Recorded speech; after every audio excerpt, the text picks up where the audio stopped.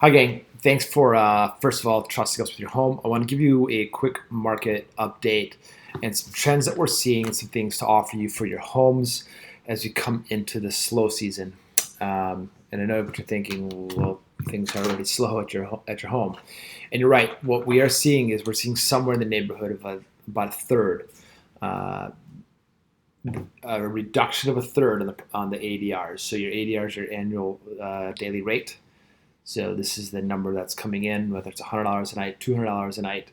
We're seeing about a 66% of that, 66, 70% of that come back now. So there's significant reduction across the board nationwide. But Orlando's been hit exceptionally hard because we're also seeing about a 15% increase in available inventory. This is new construction, homes that were single family homes that people lived in that they're now converting to short term rentals.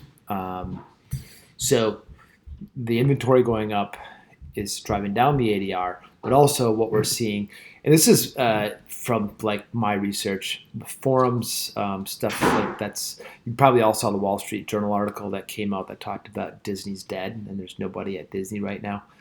I wouldn't say Disney's dead, but it would. We were at Universal a couple weeks ago. There weren't a lot of people there, so there's less people traveling. Well, why are less people traveling?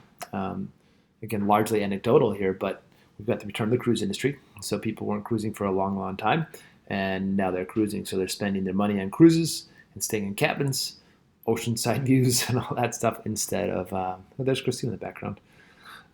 Instead of spending money on short-term rentals. So there's that. There's the return of overseas travel. Um, and it's not just that COVID's gone, so they're doing these things, but COVID's gone.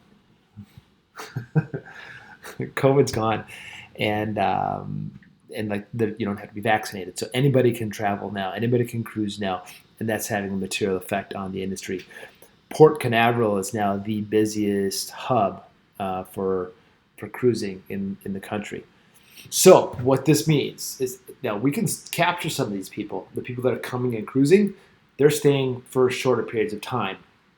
So what we're seeing is about 50% of people, a little bit less, are looking for 3 nights or less for their stay. So one thing that you can do is you can reduce the LOS, the length of stay in your home.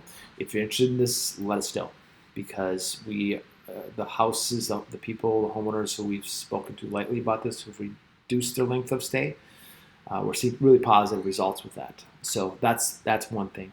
The other thing that can be done is understand that the normal booking window of Orlando is running like a month, 30 days, maybe 60 days. What we're trying to do is capture the people outside of that 60-day window. So a couple things. Again, this is anecdotal and I could be totally wrong, but the houses that we've tried this on has worked out really well. The Let's just say February of 2024 right now has a certain value associated with it with your home. As time goes by, the value of that reservation decays, a lot like a stock option. So as the value of the reservation is decaying with time, what we can do, knowing that for the most part that's going to book 40 to 60 days, let's go ahead and capture those people who are shopping those at a little bit lower price point, not all the way down, not bottom of the barrel. But let's capture that person because that person's a planner. They're not living paycheck to paycheck. Um, they're likely to be better guests because they're not going to be partiers. And what we know is like that type of person, like that's our type of person that we want in our home. That's the type of person we want to manage. That's the type of person we want leaving your home because they're not going to be staining towels. We're not going to have to be redoing inventory all the time. Let's capture that person. So we've already started the process of capturing people outside the 60-day booking window. If you did not want this done, please let us know. If you want your length of stay to be changed, let us know. We're not touching any length of stay things until you let us know. So I just want to be really clear about that. Dang, I was going to say something else. I think that's it. So we're down a good third. There's like 15, 20% more homes available. So that means there's a lot more empty houses sitting out there. Vrbo, Airbnb, the OTAs. This is kind of good and bad for them, right? There's more available inventory, so more people to potentially book for them, but also like lower ADRs are bad for you, bad for us, and that's bad for them also. So this partnership, this little dance that we all do together, this is really about getting this right. What I can tell you is this: you've got a really great dedicated team on the ground here in Orlando. You've got a great team with pricing and the OTA management back at Grand Welcome. We work very close with them. They are really positive and supportive of us, and also challenging with us for things that that we can do better, different, other, and bringing us opportunities. So in this particular case, working with the pricing team and saying, look, can we start to get 3 nights, 2 nights, and 1 night stays? And what does that look like? The answer is yes. Oh, I know what I wanted to say. It's right here in my notes. We're looking at the possibility of moving to a tiered approach with our booking. What we talked about with actually an Airbnb rep, she recommended we consider a tiered approach. What that means is that we have a